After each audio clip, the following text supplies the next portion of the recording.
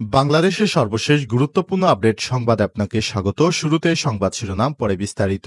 শুরুতেই জানাবো, এবার টিউলিপ ইস্যুতে যুক্তরাজ্যের দুর্নীতিবিরোধী জোটের নতুন সিদ্ধান্ত।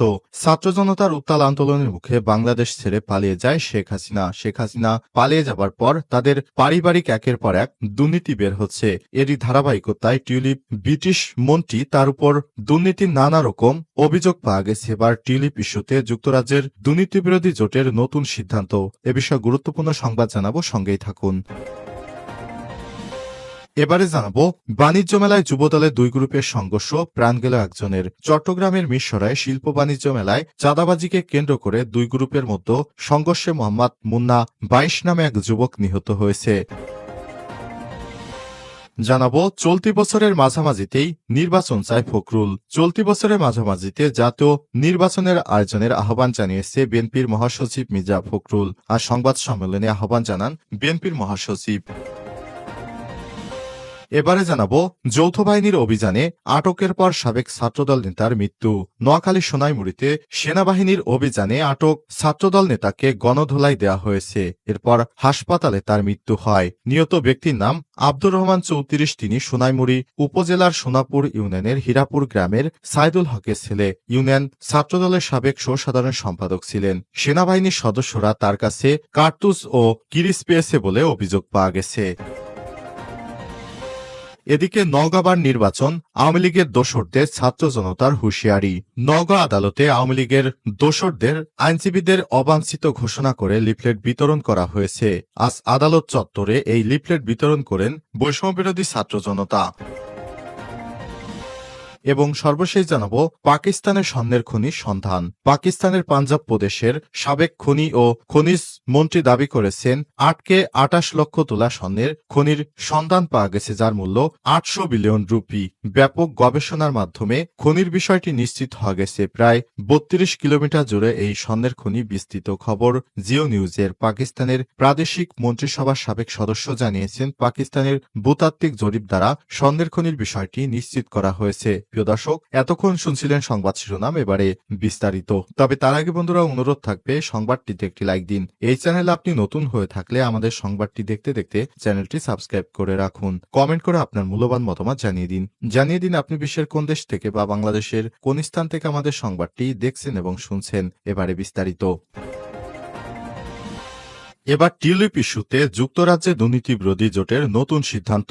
ছাত্র জনতার উত্তাল আন্দোলনের মুখে বাংলাদেশে শেখ হাসিনা নেতৃত্বাধীন সরকারের পতনের পর থেকে আলোচনায় যুক্তরাজ্যের ক্ষমতাসীন লেবার পার্টির মন্ত্রী টিউলিপ সিদ্দিক। যুক্তরাজ্য এবং বাংলাদেশে একাধিক দুর্নীতির অভিযোগে পদত্যাগের চাপে রয়েছেন তিনি। তাকে দ্রুত মন্ত্রিসভা থেকে বরখাস্ত করতে ব্রিটিশ প্রধানমন্ত্রী কেয়ার স্টারমারকে চেপে ধরেছে বিরোধীরা ও সম্পদের তথ্য গোপন এবং অর্থ আত্মসাতের অভিযোগের মুখে চাপে থাকা টিউলিপ সিদ্দিকের মন্ত্রিত্ব থেকে সরে দাঁড়ানোর আহ্বান জানিয়েছে যুক্তরাজ্যের দুর্নীতি বিরোধী জোট ইউকে অ্যান্টি করাপশন কোয়ালিশন। মঙ্গলবার 14 জানুয়ারি সংবাদ মাধ্যম বিবিসির এক প্রতিবেদনে সব তথ্য জানানো হয়েছে। এসব অভিযোগের মধ্যেই টিউলিপের বিরুদ্ধে আর্থিক দুর্নীতির অভিযোগ উঠায় তার মন্ত্রিত্ব থেকে বরখাস্ত করার দাবি জানান ব্রিটেনের বিরোধী দলীয় নেতা কেমি ব্যাডেনোস। শনিবার টরি নেতা কেমি ব্যাডেনোস সামাজিক যোগাযোগ মাধ্যম টুইটারে এক পোস্টে বলেন, টিউলিপ সিদ্দিককে বরখাস্ত করার সময় এসে গেছে। তিনি আর বলেন যে প্রধানমন্ত্রী কেয়ার স্টারমার তার ব্যক্তিগত বন্ধুকে দুর্নীতি বিরোধী মন্ত্রী হিসেবে নিয়োগ দিয়েছেন, আর তাতেই দুর্নীতির অভিযোগের মুখে পড়তে হয়েছে। 42 বছর বয়সী টিউলিপ সিদ্দিক বর্তমানে ব্রিটিশ অর্থ মন্ত্রণালয়ের অর্থ বিষয়ক মিনিস্টার ইকোনমিক সেক্রেটারি এ পদে দেশটির আর্থিক খাতে দুর্নীতি বন্ধের দায়িত্বে রয়েছেন তিনি। গত আগস্টের শুরুতে গণ অভ্যুত্থানের মুখে বাংলাদেশের ক্ষমতাচ্যুত প্রধানমন্ত্রী আওয়ামী লীগ সভাপতি শেখ হাসিনার বোন শেখ রেহানার মেয়ে হচ্ছেন টিউলিপ সিদ্দিকি। দুর্নীতি বিরোধী জোটটি এক বিবৃতিতে জানিয়েছে, ব্রিটিশ মানি লন্ডারিং নিয়ন্ত্রণ কাঠামো অর্থনৈতিক অপরাধ মোকাবেলায় দায়িত্বে থাকা টিউলিপের বিরুদ্ধে অর্থ আত্মসাতের অভিযোগ উঠেছে, যা তার কাজের সঙ্গে সাংঘর্ষিক। ফলে ব্রিটিশ সরকারের মন্ত্রী হিসেবে গুরুত্বপূর্ণ সিদ্ধান্ত নেয়ার মতো অবস্থানে তিনি আছেন কিনা বিষয়টি স্পষ্ট নয়। বিবৃতিতে আরও বলা হয়েছে, ট্রেজারি মন্ত্রী যুক্তরাজ্যের মানি লন্ডারিং নিয়ন্ত্রণের একটা অর্থনৈতিক অপরাধ মোকাবেলায় কাঠামোর দায়িত্বে রয়েছে, অথচ তার এমন একটি ক্ষমতাচ্যুত সরকারের সঙ্গে সরাসরি পারিবারিক সম্পর্ক রয়েছে যা সেই কাঠামোর অধীনে তদন্ত করা যেতে পারে। বাণিজ্য মেলায় যুবদলের দুই গ্রুপের সংঘর্ষ, প্রাণ গেল একজনের। চট্টগ্রামের মিরসরাইয়ে শিল্প বাণিজ্য মেলায় যুবদলের দুই গ্রুপের সংঘর্ষে মোহাম্মদ মুন্না ২২ নামে এক যুবক নিহত হয়েছেন। সোমবার ১৩ জানুয়ারি রাত ১১টার দিকে মিরসরাই স্টেডিয়াম ও মিরসরাই বালিকা উচ্চ বিদ্যালয় সামনে দফায় দফায় সংঘর্ষের ঘটনা ঘটে। নিহত মুন্না মিরসরাইয়ের পৌরসভার উত্তর গোভানিয়া এলাকার আব্দুল মান্নানের ছেলে। এছাড়াও আহতদের মধ্যে রয়েছে আরাফাত ২৩, আসিফ ২১, হাসান ২১, সজীব ২০, রাহাত ২৪, রাশেদ ২২ ও হৃদয় ২১-এর নাম জানা গেছে। পুলিশ ও আহতরা জানান, সোমবার রাত ৯টার দিকে মিরসরাই স্টেডিয়ামে চলা শিল্প বাণিজ্য মেলায় পৌরসভা যুবদলের আহ্বায়ক কামরুল ইসলাম ও সদস্য সচিব জাহিদ হোসেনের অনুসারীদের মধ্যে কথা কাটাকাটি হয়। এক পর্যায়ে দুই গ্রুপের মধ্যে সংঘর্ষ বেঁধে যায়। মেলায় পৌর যুবদলের আহ্বায়ক কামরুল ইসলাম ও সদস্য সচিব জাহিদ হোসেনের অনুসারীদের মধ্যে কথা কাটাকাটির এক পর্যায়ে তার জেরে মেলার গেইটে সিএনজি অটোরিকশার টোল আদায় সহ শৃঙ্খলা রক্ষার দায়িত্বে থাকা জাহিদ ও অনুসারীদের উপর কামরুল অনুসারী ১৫ থেকে ২০ জনের একটি গ্রুপ হামলা চালায়। এ সময় দুই পক্ষের মতো পাল্টা ধাওয়া হয়। এক পর্যায়ে জাহিদের অনুসারীরা ঢাকা চট্টগ্রাম মহাসড়কের পশ্চিম পাশে চলে আসে। সেখানে দুই পক্ষের মধ্যে হাতাহাতির ঘটনা ঘটে। পরে জাহিদের অনুসারীরা মিরসরাই বালিকা উচ্চ বিদ্যালয়ের সামনে অবস্থান নেয়। রাত ১১টার দিকে কামরুলের অনুসারীরা ধারালো অস্ত্র লাঠিসোঁটা দিয়ে জাহিদের অনুসারীদের উপর আবারও চড়াও হয়। এ সময় মুন্না নামের জাহিদের এক অনুসারী এক কর্মী তাদের সামনে পড়লে তাকে কুপিয়ে আহত করা হয়। পরে তাকে উদ্ধার করে হাসপাতালে নিলে কর্তব্যরত চিকিৎসক তাকে মৃত ঘোষণা করে। চলতি বছরের মাঝামাঝিতে জাতীয় নির্বাচন চায় বিএনপি। চলতি বছরের মাঝামাঝিতে জাতীয় নির্বাচনের আয়োজনের আহ্বান জানিয়েছে বিএনপির মহাসচিব মির্জা ফখরুল ইসলাম। মঙ্গলবার ১৪ জানুয়ারি সংবাদ সম্মেলনে তিনি এই আহ্বান জানান। মির্জা ফখরুল ইসলাম আলমগীর বলেছেন, বিএনপির স্থায়ী কমিটির সভায় নির্বাচন প্রসঙ্গে প্রধান উপদেষ্টার বক্তব্য নিয়ে বিস্তারিত আলোচনা সভা মনে করা হয়েছে। জাতীয় সংসদ নির্বাচন বিলম্বিত করা হলে রাজনৈতিক ও অর্থনৈতিক সংকট ক্রমশ বৃদ্ধি পাবে। তিনি বলেছেন, চলতি বছরের জুলাই আগস্টে নির্বাচন দেওয়া সম্ভব। জাতীয় সংসদ নির্বাচনের আগে কোনো নির্বাচন দেওয়া ঠিক হবে না।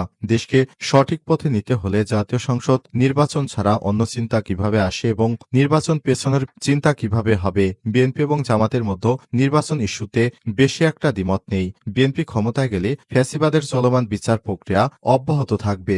দ্রব্যমূল্যের ক্রমাগত ঊর্ধ্বগতিতে গভীর উদ্বেগ প্রকাশ করা হয়। বিএনপির মহাসচিব বলেন, একদিকে নিত্য প্রয়োজনীয় দ্রব্যের মূল্য বৃদ্ধি, ক্রমবর্ধমান মূল্যস্ফীতি, অন্যদিকে ভ্যাট ও অন্যান্য করের হার বৃদ্ধি অর্থনীতিতে নেতিবাচক প্রভাব ফেলবে। এ সময় তিনি আরো বলেছেন, স্থায়ী কমিটির সদস্য আমির খসরু মাহমুদ চৌধুরীকে আহ্বায়ক এবং চেয়ারপারসনের উপদেষ্টা ইসমাইল জবিউল্লাহ সমন্বয়ক কমিটি গঠন করা হয়েছে। সাইবার সুরক্ষা অধ্যাদেশ নিয়েও একটি কমিটি গঠন করেছে বিএনপি। এছাড়াও বিএনপির চেয়ারপারসন খালেদা জিয়ার মানসিক ও শারীরিকভাবে আগের থেকে ভালো আছেন। সুতরাং চলতি বছরের মাঝামাঝিতে নির্বাচন দেওয়ার জন্য সরকারের উপর চাপ প্রয়োগ করবে বিএনপি।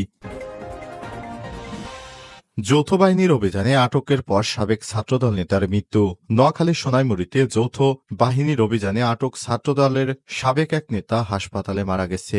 গত সন্ধ্যা ৬টার দিকে ২৫০ শয্যা বিশিষ্ট নোয়াখালী জেনারেল হাসপাতালে তার মৃত্যু হয়। নিহত ব্যক্তির নাম আব্দুর রহমান, যিনি নোয়াখালী সোনাইমুড়ি উপজেলার সোনাপুর ইউনিয়নের হীরাপুর গ্রামের সাইদুল হকের ছেলে। সে ইউনিয়ন ছাত্রদলের সাবেক সহ-সাধারণ সম্পাদক। নিহত আব্দুর রহমানের চাচাতো ভাই মোহাম্মদ হানিফ গণমাধ্যমকে বলেন, আওয়ামী লীগের অত্যাচারের কারণে ২০১২ সালের পর থেকে এলাকা ছাড়া ছিলেন আব্দুর রহমান। ৫ই আগস্টের পর এলাকায় আসেন। রোববার দিবাগত রাত ৪টার দিকে বাড়ি থেকে আব্দুর রহমান ও ভাতিজা হাবিবুর রহমানকে আটক করে যৌথ বাহিনীর সদস্যরা। আটকের পর তাদের গণধোলায় শিকার হয়। তাদের কাছ থেকে কার্তুজ ও কিরিচ উদ্ধার করা হয়েছে বলে জানানো হয়। পরে সকালে দুইজনকে সোনাইমুড়ি থানায় সোপর্দ করা হয়েছে। পুলিশ সোপর্দ করার পর থানায় গিয়ে দুইজনকে গুরুতর আহত অবস্থায় দেখতে পান তিনি। তাদের চিকিৎসার ব্যবস্থা করতে অনুরোধ করেন, কিন্তু দুইজনকে বিকেল ৫টায় আদালতে পাঠানো হয়েছে। তিনি অভিযোগ করে বলেছেন, ৫:৩০টার দিকে হাসপাতালে নিয়ে যাওয়া হয় তার অবস্থা গুরুতর হলে। সেখানেই কর্তব্যরত চিকিৎসক তার মৃত্যু হয়েছে বলে জানিয়েছেন।